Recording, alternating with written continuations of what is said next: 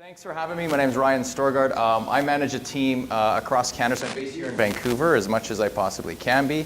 But I manage a team of technical evangelists, they're called. Basically, what my team does is we work across three major ecosystems.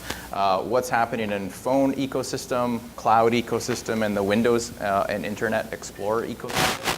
So we're working with developers across Canada, IT professionals across Canada, students, startups, large companies, and then a lot of top brands and media companies. So I got a team kind of spread out all over Canada. I recently hired someone finally working for me here in Vancouver, because I joked with the person during the interview loop is, you know, every second person I meet from Vancouver is usually an ex-EA or has worked in a gaming company. There's a great startup scene happening here, tons of mobility and wireless.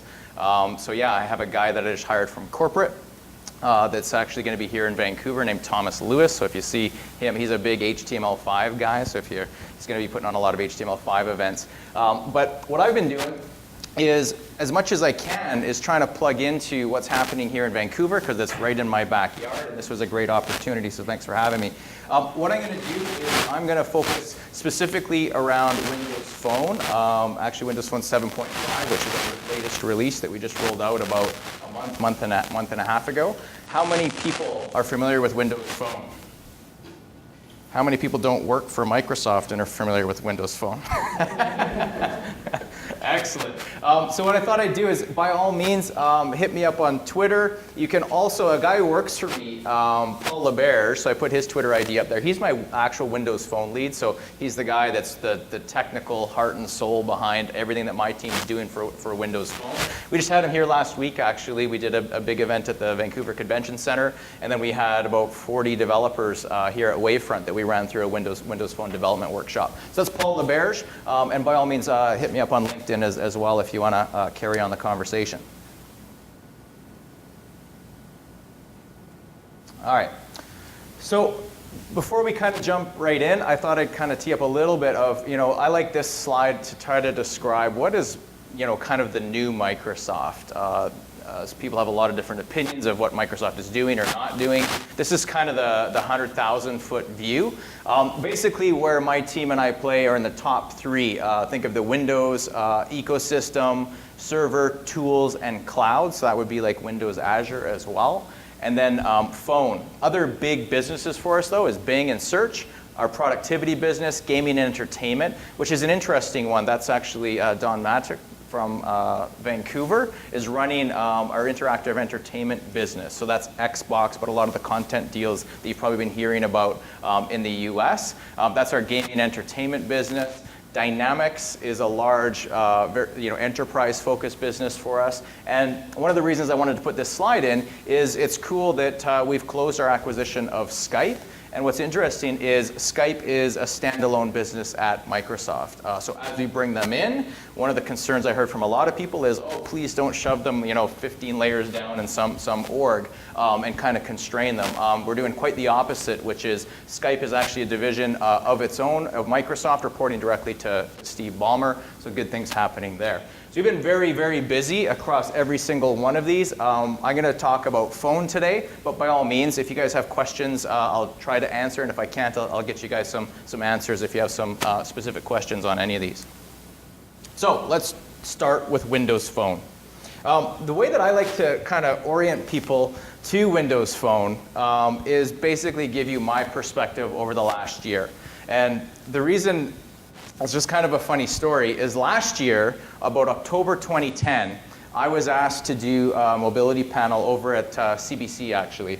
And I don't even remember how that started. I think they just invited me because it was a nice gesture. But basically, I showed up and it was me. We hadn't launched phone. I was super excited to talk about phone. But it was a funny panel for me to be on because it was very, very iPhone-centric, obviously. People were, at the time, this is a year ago, so they were looking at the growth of Android, but hey, are they going to be able to sustain that? And lots of interesting questions. And that was the first time that RIM was also a little bit of a question mark. And there was a lot of questions around RIM and what does HTML5 mean and so on. So October was me showing up with a big smile on my face on this mobility panel. And basically what I told them is I said, look, you have to understand from a Microsoft perspective, we're very, very serious about the phone business, extremely serious about the phone business. We've actually rebooted the entire team. We've restructured a lot of the technical fellows, they're called, and brought them over on the phone team. This is a very, very big investment for Microsoft, and I was just underscoring that.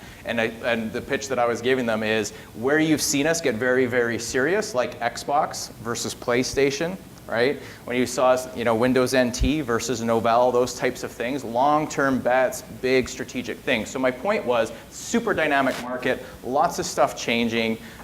Stay tuned. We've got a good strategy, but it was really just me. Then in December, there was another mobility panel, and I showed up there. We launched the phone in November of last year, so I actually had a device that I could pull out of my pocket and show them. We launched it. I had a phone in my hand, and we actually had some good momentum from an apps perspective, both from a worldwide, you got to have Facebook, you got to have a Twitter app. We didn't have Angry Birds yet, but we got it. And then I was really representing what are the apps that we're working on in Canada. So that was December, just a couple months later. March, I got asked in Vancouver to do another mobility panel. So this is just a few months later, I show up. Boom, we landed the Nokia partnership. So a lot of people kind of surprised by that. We hit 10,000 apps in a few months already. And IDC was the first to throw the prediction out that with the Nokia partnership, our app momentum is that they figured by 2015 that we'll surpass iPhone. So it'll be Android, then us, and then iPhone. That was March. August, we hit 30,000 apps, so 20,000 apps from March till August. Then I did another panel in October, more startup oriented, but I kind of gave the same speech. And this time I showed up and said, hey, we've actually revved a version of Windows Phone called codename Mango, or Windows Phone 7.5. So that's got over 500 something new features that people are excited about. And on top of that, we closed the acquisition of Skype. Here, it's me saying all of that, and I brought Nokia with me. I didn't just talk about the announcement. I brought a Nokia person with me. I actually have a phone that you guys can look at, and we just hit 40,000 apps last week. So my point again is we're investing very, very heavily in this market. And the whole industry itself, look at Google and Motorola acquisitions, like lots of really interesting dynamics that are taking place. And I think at the end of the day, what I love is it's exciting. It should be exciting for you guys. I think it's exciting for developers, and consumers are really getting a great deal here, right? Is you have Apple, Google, and Microsoft kind of all going at it, really trying to win the hearts and minds of consumers and developers. And I think that's who ultimately wins in this.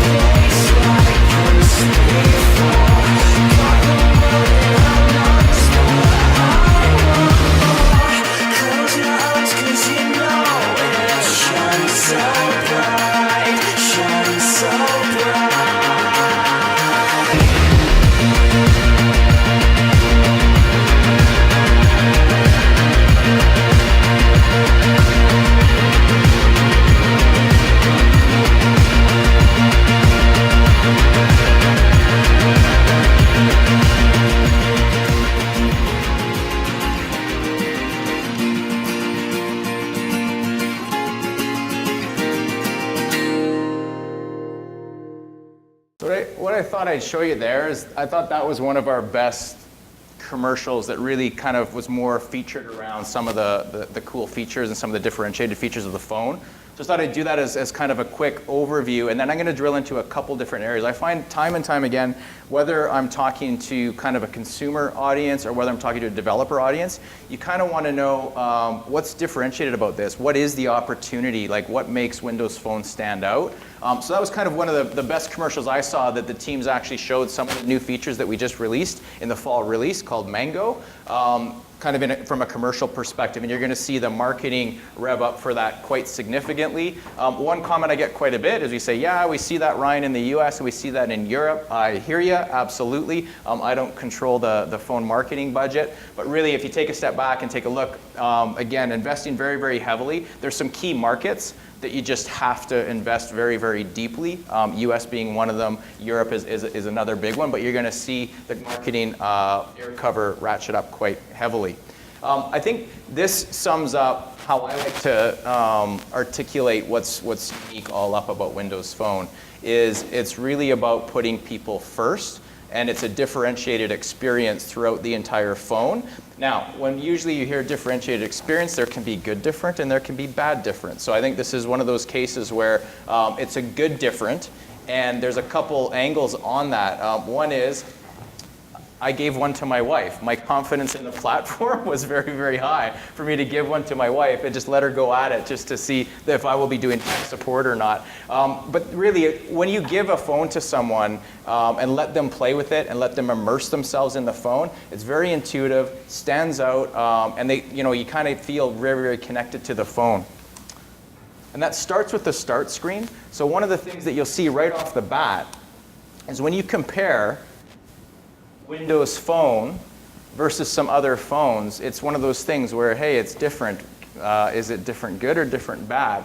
But stack it up against them, and you see one of the common traits is it's just this sea of icons, right? And everyone knows that apps make the platform, right? It's really the apps on the phone that are exciting and connecting with people. Right off the bat, what you notice with Windows Phone is it stands out, it's unique, it seems alive, so to speak. So really, this was a conscious decision to put people first versus an icon kind of centric approach.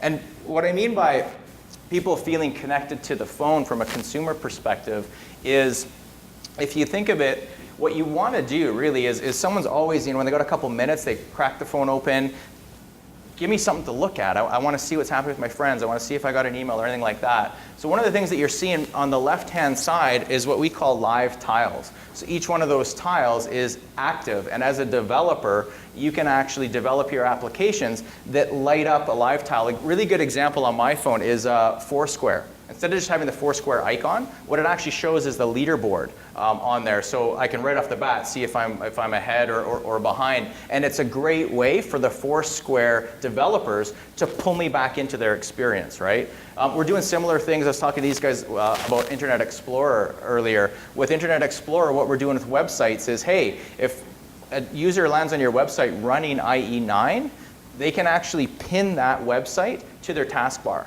And then you can do notifications in there. Like a good example with Hotmail. If you go to Hotmail on IE, you can drag that right down to your Windows 7 taskbar, and it becomes like an app icon.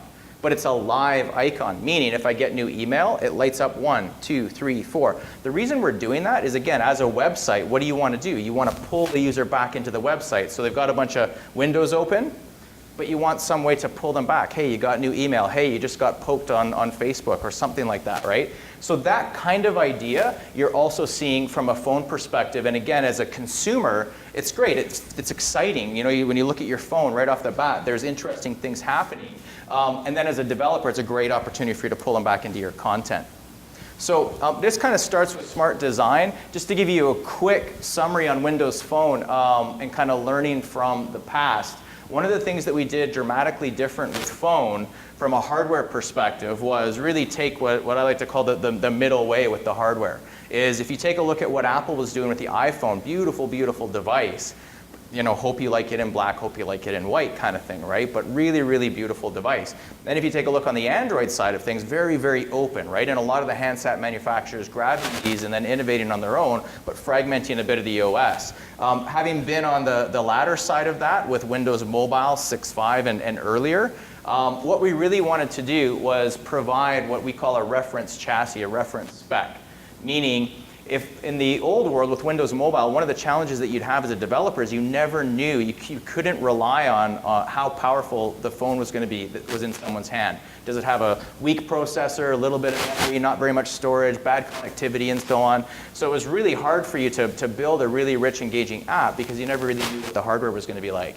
So with Windows Phone, we took a different approach. We said, okay, what we're going to do is we're going to come up with a reference chassis, a reference spec. Every single Windows Phone has to meet these minimum requirements. It has to have this screen size, it has to have this resolution, it has to have this processor size, has to have this memory, so that you can then focus on building a great experience. So that was one of the first things from a smart design perspective. The second thing that you're seeing in here, and I'll get into them, is this idea of hubs. This is a pictures group, but what they've done here is they've created a group called Family. So this is the idea of, on Windows Phone, when you go and sign in, you can sign in with a live ID, you can hook it up to Facebook, you can hook it up to Twitter, you can hook it up to LinkedIn, and then what it does is it goes off and it just pulls down all of your contacts, so that in your contacts, it already automatically figures out, you know, the pictures and all the contact deals for people. But if you go over to What's New, and I'll show you this in a second, if you go to What's New, it can be a little bit like a culvert of information just downpouring on you, right? So what you can do is you can go in and create a group just called Family, or you can call them just close friends, or like I have my team. I just have my Ryan's team. And what it is it's all those people from the group, and then as you scroll through, it's what's new, what have they posted on Twitter, what have they posted on Facebook, have they uploaded any photos, you can look at pictures that they're in, pictures that you're in with that group, those types of things, right? So trying to have a really nice hardware design that does allow the handset manufacturers to innovate, but at the same time we get that base experience. And then also in the UI, looking at what people tend to do and being smart from a design perspective. So what you're seeing here is someone's uploading a picture, you know, right off. You take a picture, you can hit upload to Facebook right off the bat. The other thing that's kind of nice too is when you are in messaging, you can have an instant message conversation from a text message, from Facebook, from Twitter. Like, we kind of take the background details out of it for you. The other concept that I really wanted to walk people through here that's different about Windows Phone is the idea of hubs. And this is the first one, people. So when you click on people, this is the first thing that you'll see. And right off the bat, what it's doing is it's surfacing any of your recent contacts. So that's what those pictures are. And they rotate, and if someone puts something on a social network, you'll see what their latest status was.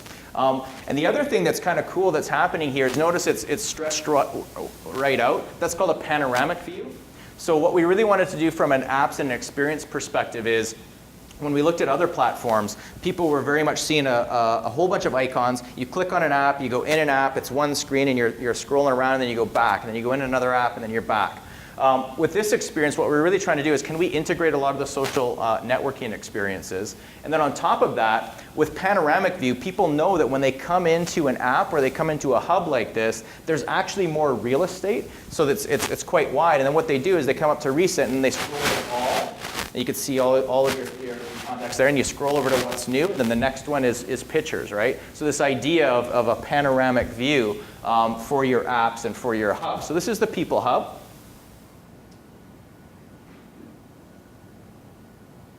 And one of the things, let me just go back for a second. One of the things there, when you see what's new, I can show it to you after. One of the things that you can do that's quite nice is, by default, it'll have all of your social networks on there. And you go over to what's new, and you just get kind of bombarded with tons of, if you got an active Twitter network, there's LinkedIn, Facebook. What's kind of cool that a lot of people don't know is you can click on at the top where it says all accounts. You can click on that and say, no, just show me Twitter. No, just show me Facebook, or just show me the LinkedIn, or whatever you want. So you can filter that down.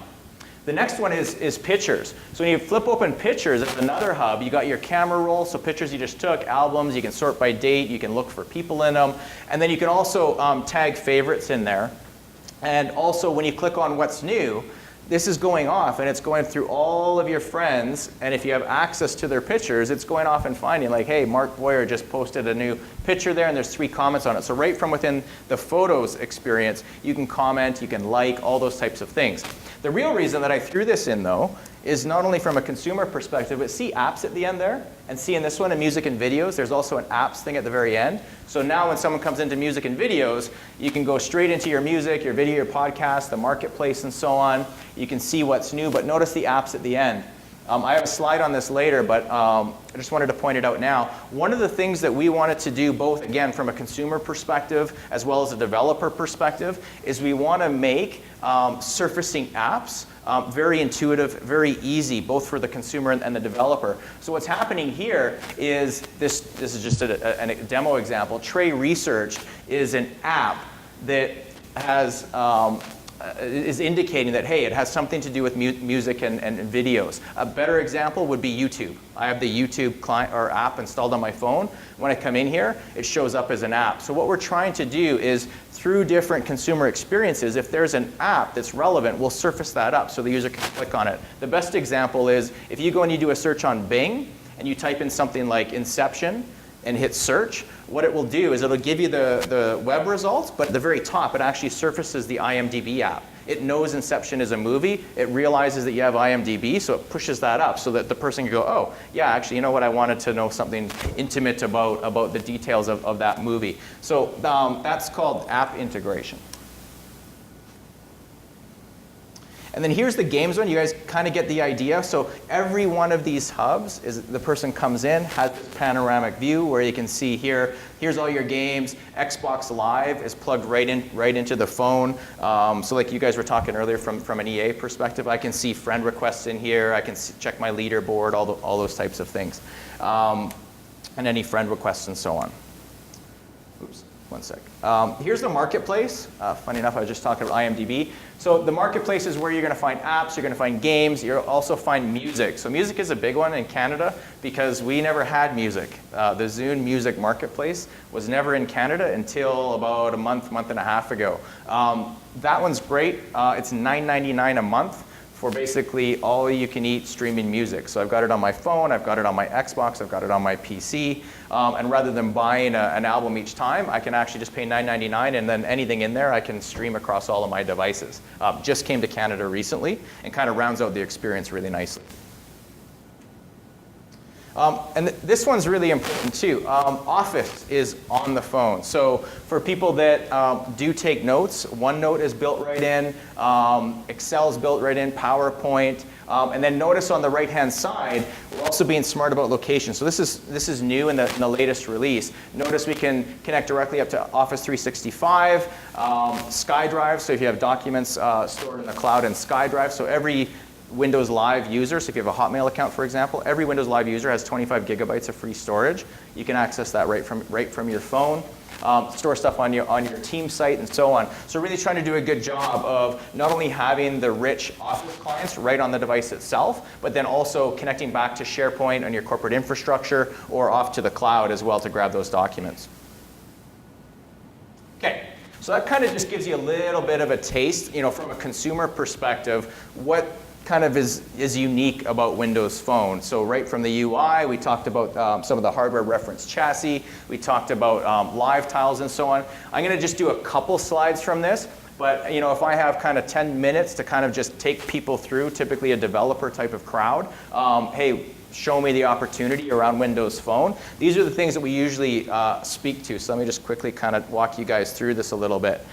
The first thing that I talk about is this differentiation from the UI perspective, the idea that your app can have live tiles, and you really would want to take advantage of that. Is once a user gets used to the live tile idea, that these icons kind of are animated, it's very addictive. Secondly, you can not only just pin an app, you'll see that once you start using the phone more and more and more, what a lot of apps are letting you do is pin certain sections of an app. I'll give you a good example. If you go into our mapping app and then do a search somewhere, you can actually just click a button and say pin to start. So like tonight, for example, if I needed directions, I could look that up and it's giving me the directions, but I'm not going there right now. You can just say pin. It pins that map on your start screen, and then once you're done with it, you can just blow it away, right? But the idea that you can be in an application, pin just a section of it. Another really good example is you might have a whole bunch of email accounts, corporate ones, work ones, personal ones, Yahoo, Gmail, Hotmail, and so on.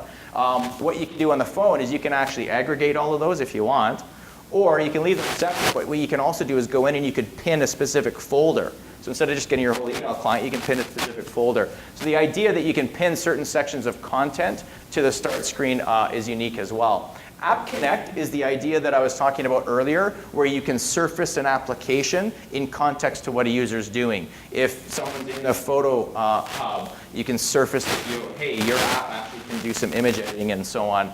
If someone's doing a search, a screenshot here, doing a search for Xbox, well, there's an Xbox 360 videos app that just surfaced as well. That's called App Connect. And then Panorama was the user experience that I talked about where it's really, really wide, right? And I'll just tell you initially where I talk a lot to developers is I say, please, when you're building a Windows Phone app, you really want to make sure that you understand kind of the nice UI layout and the fonts and so on, but understand Panorama. The first batch of Windows Phone apps that I had last year when we were working with some of the top content providers, you could just tell that it was some .NET developers that looked at Windows Phone and went, oh, yeah, I know this, it's just .NET. And they banged out an app super quickly, which was great. The only problem was it was kind of ugly. What I ended up telling people is, they very much just took a single screen view of it, and then you end up having to jump around in the app a lot and push a lot of buttons. When we got them to redo it from a UI perspective, leveraging Panorama was just night and day from a user experience, right? It's just so easy for someone to flip through. The other one is called Pivot. And a good example on Pivot is in the inbox. So I just actually took a screenshot here. What you're doing in Pivot is you can pivot on the data. So here, I'm in my inbox and I'm clicked on all, but I can just scroll and I can see just unread, I can see just urgent, those types of things. So within an app, we're trying to make the experience from a user perspective and options from a developer perspective that they can just really elegantly flip through and use the app very elegantly and intuitively. So that's called Panorama and Pivot. The other thing that I mentioned at the beginning, 40,000 apps and games in the marketplace. The point of this slide that I like to tell people is if you look at iPhone success, if you look at Android success in the marketplace, literally hundreds of thousands of apps, very mature ecosystems. The challenge though is if you're trying to develop an app that stands out in a sea of hundreds of thousands of apps, it's very, very difficult. If you've been to any of the talks around town where Scott from Atimi talks, and if you've seen kind of the level of detail that some of these companies are getting into from a content and experience perspective, very, very deep, very, very rich. They're great apps, but the bar is very, very high is basically the point there. Here, we're at 40,000 apps, but you still have a really good opportunity to stand out. If you write a good app, a compelling application, you're not lost in hundreds and hundreds of thousands of apps. So there's a good opportunity there.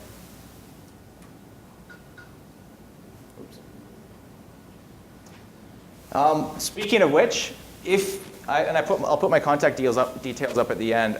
If you build an app, it's a cool app, by all means, let me know about it. And what I can do, I can't guarantee anything because I don't run the editorialization of the marketplace, but I do know the team. And when I was in my old job last year, basically what I was doing is rather than working with developers across Canada, which is my job right now, and trying to kickstart the ecosystem. Last year, I ran a team where all we did was we worked with the top websites, top brands, top media companies in Canada. And what we ended up doing was we worked with them quite a bit in order to feature them. So when someone, notice this one, when you come to the games marketplace, Angry Birds took over the entire screen, right? It's prominently in your face. So what we'll do is there's an editorial team that swaps this out with different apps that we'll feature. I don't have the stats off the top of my head, but your app being featured there, you get drives a lot of downloads. Secondly, as someone scrolls through, this is specific to games, but notice there's a featured section here as well, right? So the point here is if you guys build a really cool app, by all means let me know about it. I can introduce you to the editorial team. Whether they take it or not is up to them, but again, another great way to make your app stand out. We had a good example last year. There was a group of students here in Vancouver that created this really cool, fun game for kids, and we got them featured on the marketplace, and their downloads just shot through the roof. And this one really is just talking about Visual Studio is the most elegant way to develop Windows Phone apps. It's a great tool set for it. But one thing that I find a lot of people misunderstand is that they think they have to pay tons and tons of money for it. You can get started with Windows Phone development from a developer perspective for free. And then at the bottom there is really talking about when you look at developing for Windows Phone, my comment earlier about you throw Windows Phone in front of your typical developer, we got really good market share from a .NET developer perspective. The other thing too, lots of content folks have been working with Silverlight. And from a gaming perspective, XNA is very, very popular. Well, all of those things kind of come together underneath Windows Phone. You had a question on HTML5. So yeah, with the latest release, Windows Phone 7.5, it's IE9, so it's the same rendering engine on the desktop as on Windows Phone. So you still develop right now for .NET, Silverlight, and XNA. But if you were looking more on the HTML5 side of things, yeah, IE9 on Windows Phone fully supports HTML5. Absolutely. That's why I was asking about your geolocation tag there and stuff like that. Cool.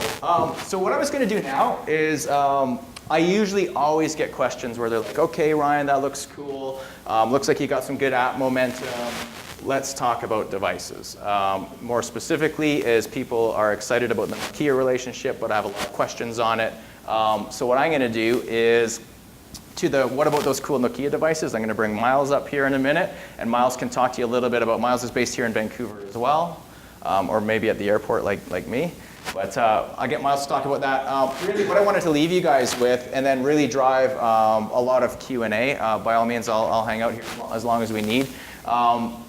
Just remember, this is a really, really fast-moving space. I think just even that year-long timeline is just amazing to me. We're investing very, very deeply. If you need a device to test on, what we've done is we've given Wavefront some devices. Nokia's given Wavefront some devices as well. So if you want to test on a real device, if you want to test on a real device on a real network, you can do that with Wavefront. You can also reach out to me and we can see what we can do. But on the third bullet there is for developers, we're running something called the Mango App Challenge right now. My team is running. What this is if you submit 2 applications into the marketplace, we'll give you a phone. That usually leads to, well, how do I, the chicken and the egg scenario. So that's why, hey, if you need to test on a device, you can talk to Wavefront. We've got some devices, or reach out to me. If you've built an app, by all means, let me know. Paul LeBerge, I mentioned on my team, is my Windows Phone lead, so he's the technical brains behind it. You can also let me know. And then with that, I'll bring Miles up. We'll talk about the Nokia-Microsoft relationship and some devices, and then I'll be around for Q&A afterwards. So, my name's Miles Donald. I work for Nokia, based here in Vancouver. And a lot of people don't know, but we actually have a big office out in Burnaby, near EA's office, about 350 people. A lot of them are technical, a lot of R&D is done there, operations and that sort of thing. I'm on the partnering team, so I work really closely with Ryan and the Microsoft team in working with developers and our partners to build applications and bring them to Nokia's platforms. And obviously now one of our key platforms is Windows Phone 7 and Mango, which was just released. So this is the device that we just announced in October. This is the Nokia Lumia 800. So this just went live last week in select markets in Europe, and this will be coming, and variations of this will be coming here to Canada and to the US starting next year. So you'll start to see Nokia with Windows Phone in this market hopefully really early next year. And we're working really closely with all of the carriers here and in the US to make that happen. And to make it so that you can get it with a plan at a reasonable price point. So I don't have any slides because I was the secret guest speaker. But I just wanted to go through a little bit about why Nokia partnered with Microsoft, what we feel we're going to get out of it, what we feel we bring to the table with Windows Phone, and how we can differentiate on some of the content experiences, and then really just figure out if you guys have any questions, and happy to help answer anything. And like Ryan already mentioned, get the ecosystem kickstarted by helping people get the tools and the devices they need to build great applications and things for the devices. So a lot of people don't know, but when we announced that we were supporting Windows Phone, we actually also made an announcement that we were getting rid of the rest of our business for North America. So we have other platforms like Migo, we have Symbian, which is developed through Qt, and we have S40, which is kind of your lower end phones. All of that business is going away in the US and in Canada, and we're only 100% focusing on Windows Phone. So we actually sell a number of devices, lower end devices, flip phones, through 7-Eleven and through various retail channels. That's all going to disappear after next year, and it will only be Windows Phone. So we're making a really big strategic bet on the platform, and then we're taking that platform and going international. So right now we sell over 1 million phones a day. We're number 1 in China, we're number 1 in India, we have global market share, and we just announced that we do over 10 million downloads a day on our current platform. So we're taking all of that growth and all of that, what we have in market, and we're taking Windows Phone to that, but we're also strategically focusing on the US and a large part in Canada. So that's what we've done with Microsoft. There's a few assets that we have that when partnered with Microsoft are really attractive. One which is Nokia Maps. So when you get, and I can pass this around so people can play with it, but when you load up your device, you'll see that it's got Nokia Drive.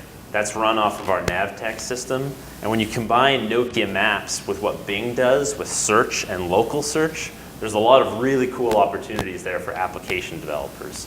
Developing things like Foursquare with checking in, integration with Nokia Maps and how you find where you're going. All those types of things are things that you can do on the Windows Phone platform, and you can do them really well using all the different Mango features that Ryan just mentioned. And so these phones all run Mango. Every device that we ship will be Mango and beyond.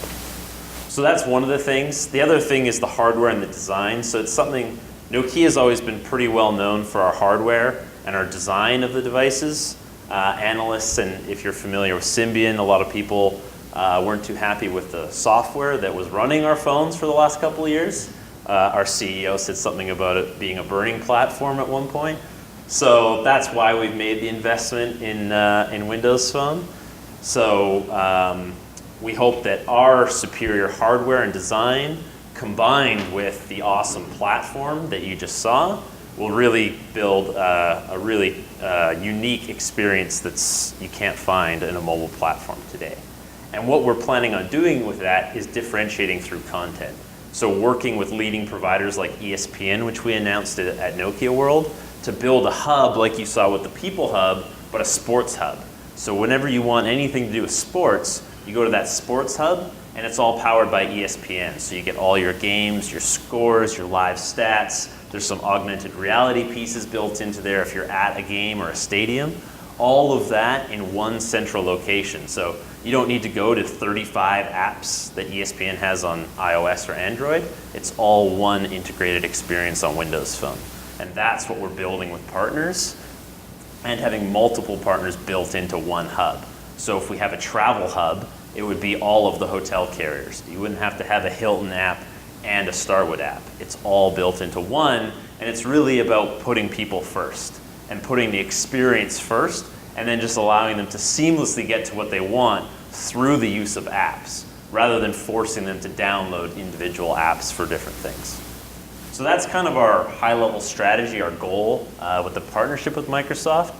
And really what we're here to talk about today is how we can get the local communities and developing companies all over the place engaged and working with the platform. And so I'm on the global partner application development team. So it's our goal to make sure that you have the tools you need to develop for the platform and to make the most out of all of the things that are available. So integrating things like App Connect and Live Tiles, making sure you have a push notification system that can utilize that so that you can engage the consumer even if they don't know, even if they don't want to, load your app up, at least it's pinging them updates. App Connect can show them the apps that they don't even know they need yet. If they don't know there's a Flickster app, but they're looking to see the latest, whatever it is, movie, that app will come up and surface in those search results, as you saw. So that's really what we're here about today. And we have devices. We've partnered with Wavefront, so you can do some testing. Ryan said send them the apps. If you guys are building cool apps for Windows 7, definitely let me know as well. We do a lot of things Nokia specific around marketing. We're making a huge push with the platform, and it's really going to be a relaunch of Nokia in this market specifically, starting in 2012. And I think you're going to see a lot more from both Nokia and Microsoft in the coming months, especially at CES. If anyone's going to CES next year in January, CES is going to be a really big show for us.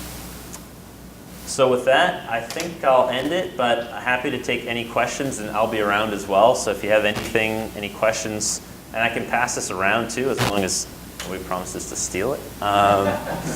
Someone quickly run out the door, but play around with it. It doesn't have a SIM card, so you can't do a lot of things, but yeah. What is CES? Oh, so CES is the Consumer Electronics Show in Las Vegas. I think it's January 9th or 10th or something. It's the beginning of next year. It's what we're kind of using as a staging platform for our relaunch. We'll be making a lot of announcements at CES.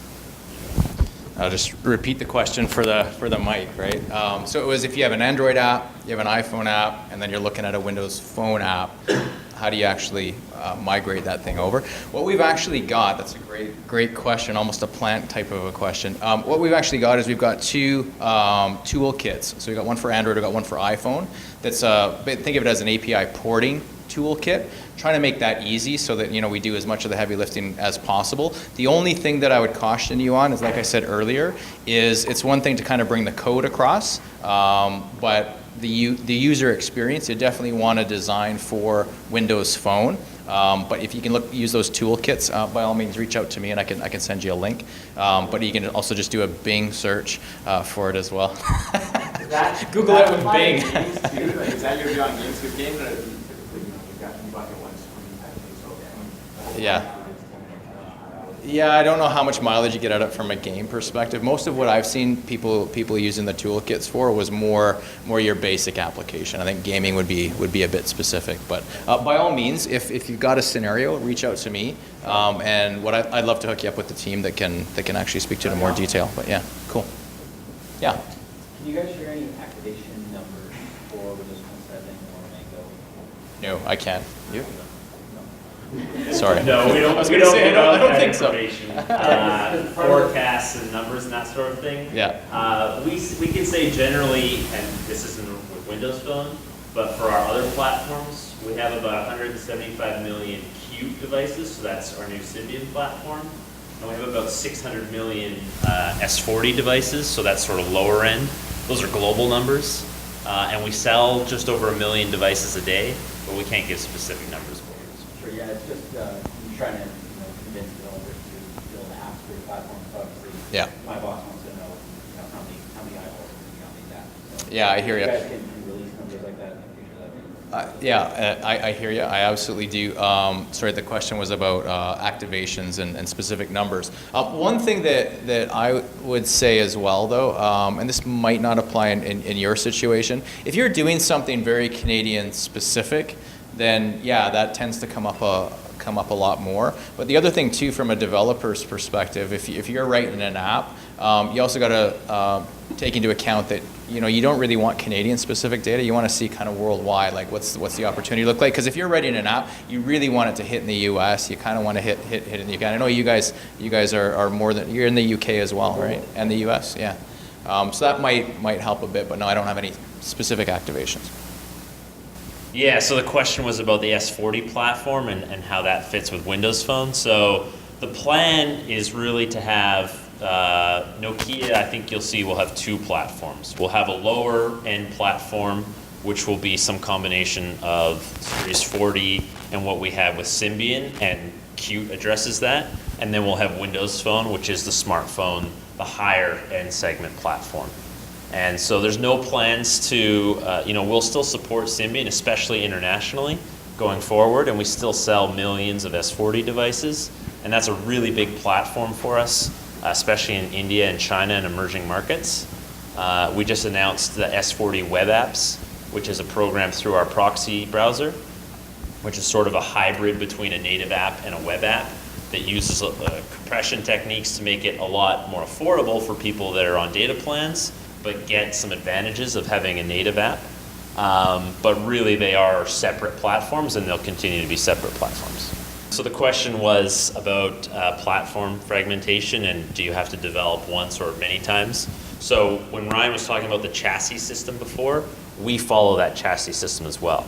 So when Nokia is building a Windows phone, we have to follow a certain spec guideline that's laid out by Microsoft. And there's a little bit of wiggle room there in terms of what you can and can't do, but there's a certain set of things and features that have to be in the phone that guarantee a certain level of performance. And so that's kind of how you get around the fragmentation issue. So if you're developing, you can develop against a chassis and you know that every phone in market will follow that spec. I don't know if there's anything more you want to add.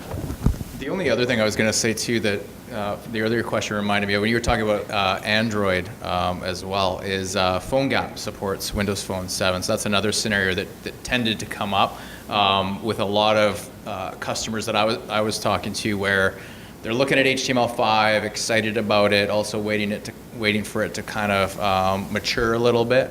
But really, you know, it's the ultimate scenario of, well, I could do HTML5 across all the browsers, and if I could carry that forward into the phone platforms. So PhoneGap recently announced support for Windows Phone, so that might be another option for you. Yeah, so the question was, when you look at panoramic view, there's always a little bit kind of trailing off, and that's, you nailed it. The reason for that is you want a way for the user to just intuitively know, like, oh, why is it cut off? And then once they do it once, you just find that it's very intuitive. So I don't know at a technical level, like from the specs, if that's a requirement or not. I know Paul, my phone lead, when he was here last week, he did a whole session. If you want, just reach out to me and I can send it to you because we recorded it. He did a session on, you know, best practices from a user interface design on the phone. I know he was spending a lot of time just kind of on the font layout and where you can put things, and that's one of them. I don't know if that's an actual requirement. You're not going to see. The page dimensions are always generally the same. Yes. Yeah, exactly. So the chassis specifies the screen size? The resolution. The resolution. It specifies the resolution. Yeah. Same on all. Exactly. Yeah, regardless of the device. Yeah. One other Yeah. question. So we've had Mango for a couple of months on our deck. What's next? Windows 8 is going to support ARM. What's next for Windows Phone? Yeah, and Windows 8 is, so there's a question about what's next for Windows Phone, and there's a comment about Windows 8. That is the favorite topic for sure, and I'm super excited to talk about it eventually. Right now, I'll just kind of give you the lay of the land. One thing all up that I'll share with you is hopefully I showed you that we're moving fast on this, so we're iterating pretty quickly on the phone side. You know, my perspective and a lot of the feedback that I've been getting is when we released Windows Phone, it surprised a lot of people in a good way. Hey, you know, we actually did some interesting things from the user experience perspective, integrating with the hubs and all of that type of stuff. But there was also a laundry list of stuff that people expected in the phone, and that's really what you see with Mango and the 500 plus features. There's a lot of things that were needed in the platform that are, and then there's also a lot of extras that we're throwing in that do differentiate a little bit. I can't speak specifically to kind of timing or code names or anything like that, but you can expect, and I know this is a kind of a non-answer, you can expect that same kind of high-speed iteration that the team's very, very focused, and a big part for them was getting to Mango, getting to Windows Phone 7.5, because that really got them to the point where it's like, okay, we're feeling, you know, in general, I'd say, you know, at par with the other systems, and then in a few areas, feeling like we're really pushing it. On the Windows 8 side of things, my team and I aren't doing anything on Windows 8 right now. What's happening is there was a conference that Microsoft did in September called the Build Conference. And that was our first, you know, you got to think early developer preview. And that's being driven by Steven Sinofsky, president of Windows, and his engineering team is the best way to think of it. So right now it's the engineering team releasing an early developer preview, and they're really controlling the dialogue right now because we've shown a bit. A lot of people are going to speculate. So my team, we're not focused on Windows 8 yet. Right now, the best thing for you to do is there's buildwindows.com. is where all of that content is. And there's actually, you can go to some discussion forums there. Like a lot of people typically want to ask me questions. Hey, the best thing to do right now is ask them directly to the Windows engineering team, so you can find some discussions there. One thing to add on the what's next with phone is we typically run early access programs on a number of things with key partners. So can't make any promises because we look for different things in terms of what we're looking for partners for those early access programs. But happy to get in touch afterwards. And then, you know, we typically, you know, you had Mango probably a couple months before it launched, I'm sure. We'll be looking to do similar things like that so that you can build and update the application so that they're ready for the next version when it does come out. Are you providing any special incentives or marketing services for developers if they're absolutely successful? Yeah, so the question was, is Microsoft providing any incentives for for developers? Yeah, so the main one that we have right now in Canada is this Mango App Challenge, which is really build 2 devices, submit them to my team, we'll review them, and get a free device. Then part of that, like I said earlier, is the offer for marketplace featuring, right? And again, it's a different team, but what we're really looking to do is uncover great apps, introduce those developers to the marketplace team so that we can feature them from a Canadian perspective where we do have that control. Yeah. You guys have. I would say a lot of it is the same. You know, we will use the Microsoft Marketplace, but we will control a certain section with that in of itself editorially. And then, of course, being a hardware manufacturer at the same time, we have some options that aren't available to Microsoft in terms of virtual preloads and putting content on devices as they ship. Those are some opportunities. Obviously, you know, those are quite in-depth conversations with partners and agreements and so forth. But in terms of just sort of general ecosystem, we will be launching a number of marketing activities as well. We announced that we're seeding a whole bunch of devices to developers and social media, and we're actually a sponsor of Social Media Week, so we're doing a lot of activities through that. So there's lots of activities going on, and you know, happy to connect afterwards for specifics, but definitely. The developer ecosystem is really important, and I think there's going to be a huge focus on it from our side and Microsoft's side. And starting next year, there already is, but ramping up next year, especially as we launch the devices in this market. Do you support Bluetooth 4.0? I don't know. Do you? No idea. Just repeat the question. Let's say I don't Is know. Bluetooth 4.0 supported? We don't know. Hit me up on email or Twitter. The other question, how are you planning, you have Ovi, you have Windows, Uh, how are you gonna? We don't have Ovi anymore. Ovi's gone. Ovi, if you don't know what OVI, it was a sub-brand for a lot of our services. That sub-brand is gone. It's now, everything has been rebranded Nokia. So we have Nokia Store, we have Nokia Maps. And so those assets will be leveraged in conjunction with Microsoft's. So you'll see some like Nokia Drive and Nokia Music will go on our phones. But we'll also be using things like Bing and some of Microsoft's assets. So the question is about encryption and intellectual property rights, and I'll pass it to Ryan because I don't know the details. There is platform level DRM in some form. I don't know what it is because I'm not a technical person, but Yeah, Ryan's a so lot smarter than I am. So. that much smarter on this particular question. So the answer is yes. I can get the technical details for you that you probably would want. One thing that I will share with you though is, and this is actually a good all-up story.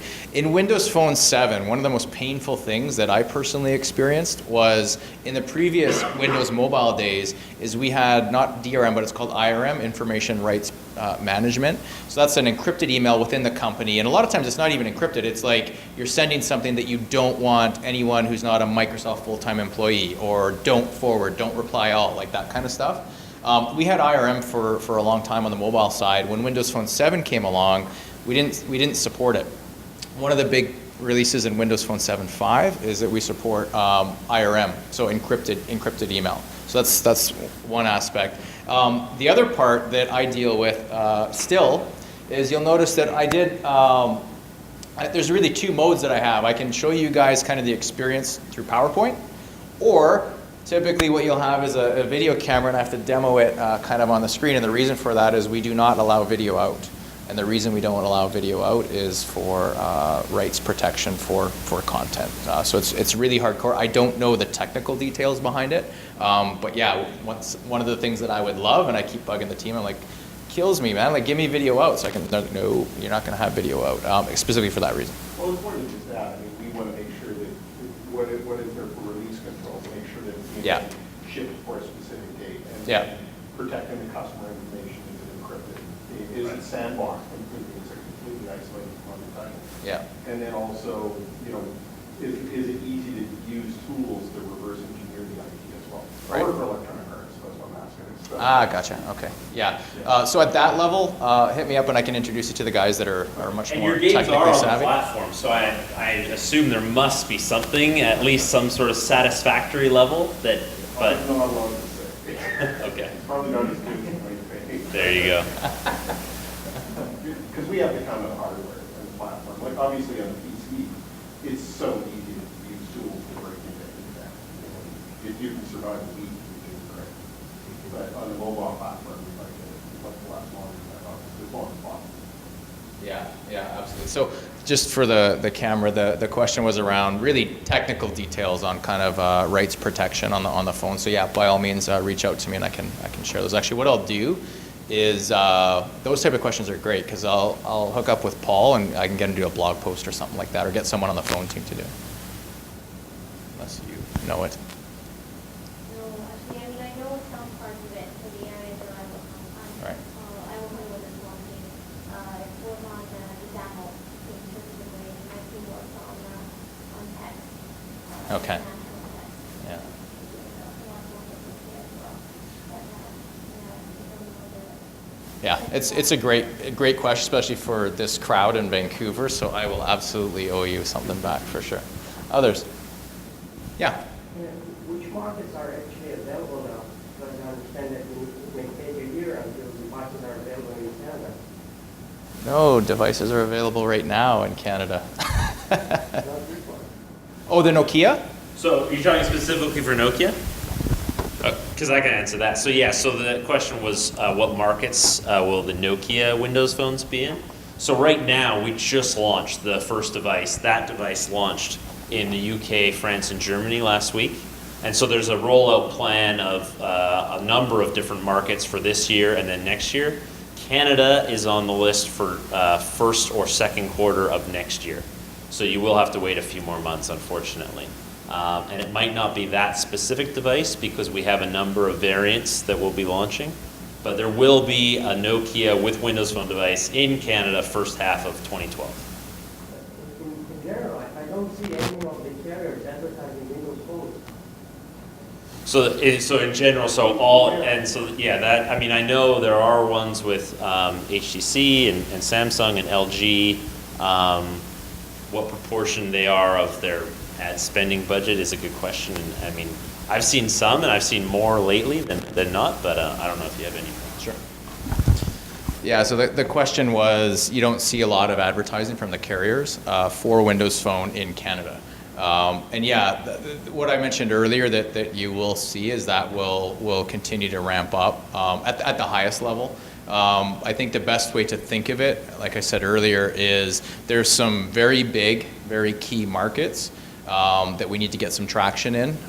Canada obviously is a big market as well, but I think you're going to see this kind of hockey stick kind of ramp from an investment perspective. Some of the ones that you've seen recently, I don't know how many people saw, they did a big event, the Windows Phone team down in New York. Did you see that? It was like an 80-foot Windows Phone. They're doing some big stuff like that. You go to Europe, it's a dramatically different thing. To be honest, that's not that unusual. I know for a number of years we felt the same way about Xbox. Hey, Xbox gets tons of ads and content down in the U.S.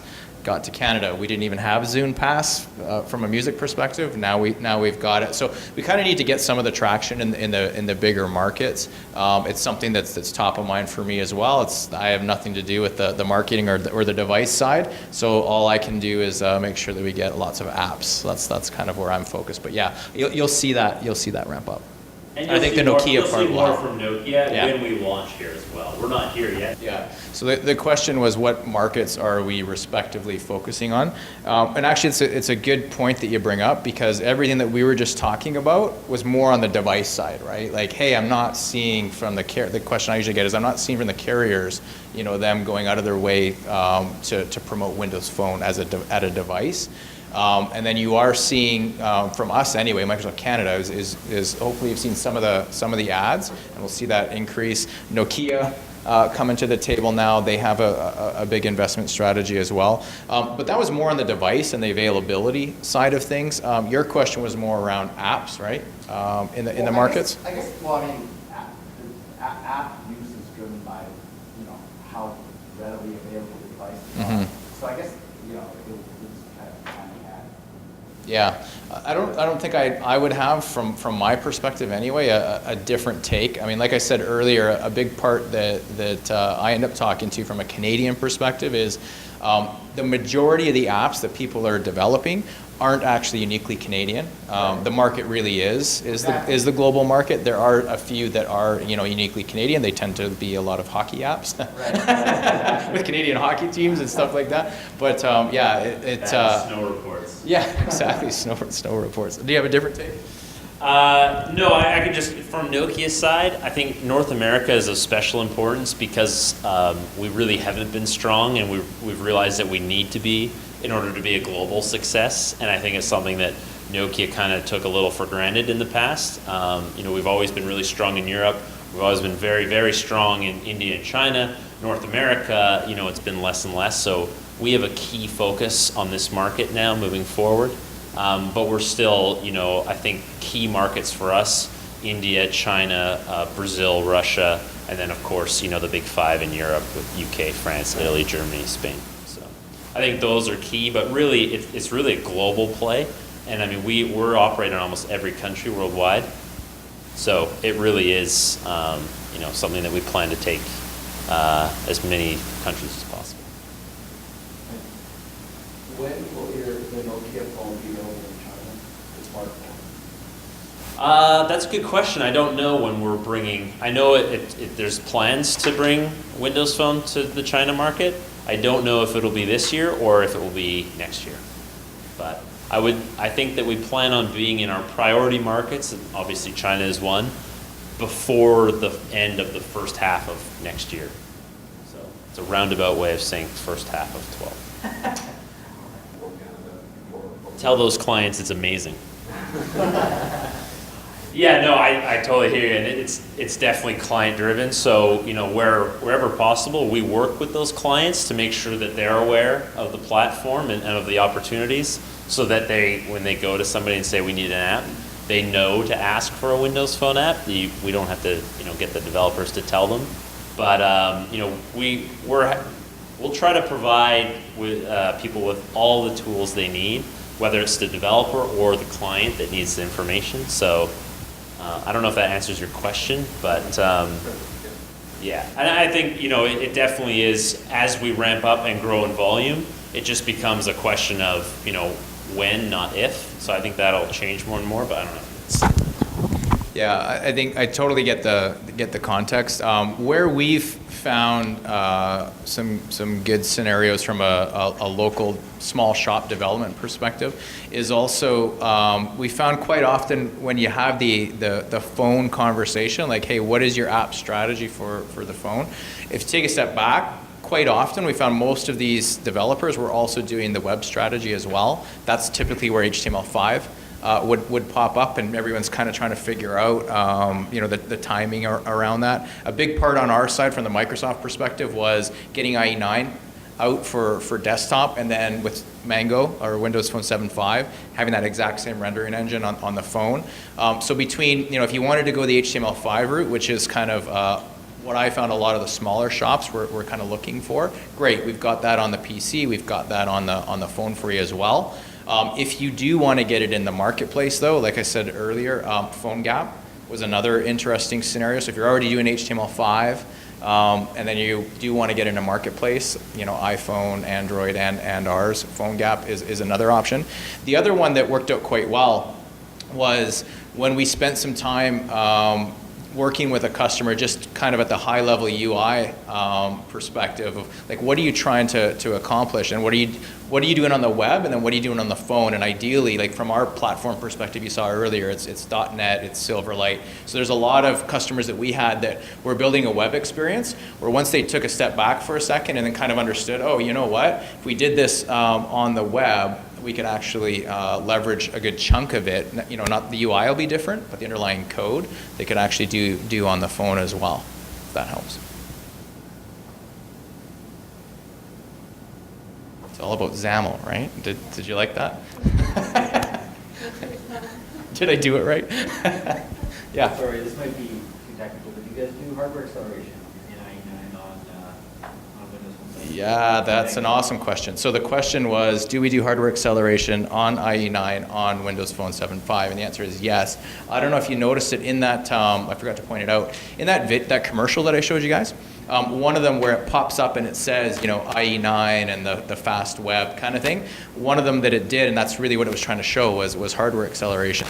Was they clicked on a picture and it was one of those you know, gigapixel pictures or whatever, and the guy's zooming like in. That's the hardware acceleration on the phone. And yeah, I haven't paid attention recently, like in the last couple of months, but that was always a real strong suit for us. Is that we had a bunch of, you can find them on YouTube. There's a bunch of, you know, okay, we'll put Windows Phone down, put an iPhone down, put Android and a BlackBerry, and it's like we'd start, you know, go to a web page, go.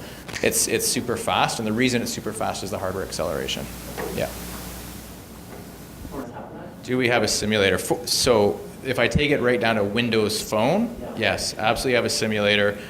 You have to really play with it. It's pretty impressive. Like I was talking about earlier, that's kind of cool. There's a gyroscope built into the emulator. So, you know, you want to be able to test for turning a device and the panning. And the rotation and stuff like that. So yes, there's a really good emulator built into Visual Studio that you can use. To the point earlier though, is some people want to test a specific device on a specific network.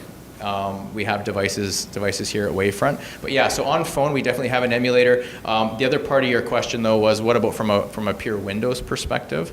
That one, no, there's no emulator that I can say for that. You're usually making, you know, it's the typical graphics scenario. The other one though that is interesting.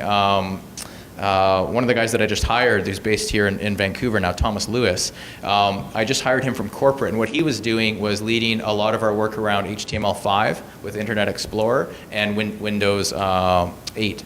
And he just did a talk last week, and just keep an eye out for them, but he did one on responsive web design. That was a really interesting talk that really is addressing that area, which is, hey, you want to have a website, do you design a mobile specific one? You know, what if you got all these different, all sorts of shapes and sizes?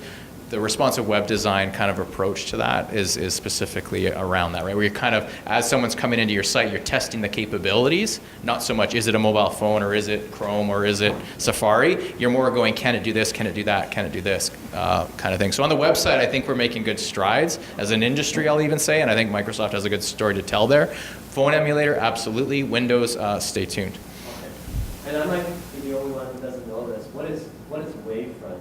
Yeah, good question. Wavefront, this space was provided by Wavefront, so they're a wireless accelerator. And we've been doing some initial work. Did you want to take this one? Yeah, Wavefront is the... Here, I'll give you the mic. Mic? I hope it's been on, or we've just been passing it around. It's for the recording thing. Wavefront is the Canadian National Accelerator and Incubator for wireless companies in Canada, and they're headquartered here on Hastings Street. So they have the 14th floor. They have about 12 companies, maybe more, startup companies. And they're all wireless companies, and they help them to be, they provide mentors, space, They have a lot of training programs. It's actually a very good program, and it's something anybody should look into that's interested in setting up a wireless company. I don't believe so. It's funded by the Canadian government. Now, I can't speak real intelligently about that, but my understanding is there is not a membership cost. But to get into the space, you do have to compete with other wireless companies, and I think once a year they have a new group of 12 companies or so that are kind of inducted into the program, and then the idea is that they graduate from the program. And there's been a few successful wireless companies that have come out of the program and have done quite well, and the whole idea is they want you to commercialize as quickly as possible, and so for some entrepreneurs it's challenging, because some people like working on technology. But the whole idea is to get you up to be self-sustaining and have a product that customers want, and so that you can go out on your own, be a sustainable company for Canada. And that's what the Canadian government wants too. So Create jobs here. create jobs here. About 96% of the companies here in BC are characterized as startup to small companies. In other words, companies with less than 50 people. And the whole idea is we've got a great entrepreneurial community, but let's have some of those evolve so that they become medium and hopefully large companies like RYAN. But it's a very good program, and it just started. I don't know how long Wavefront's been around, but several years. And they've got a very good reputation. The president of Wavefront is on our board for DigiBC, so we work with them on a number of events. Okay, well, that's a wrap. Let's have a round of applause for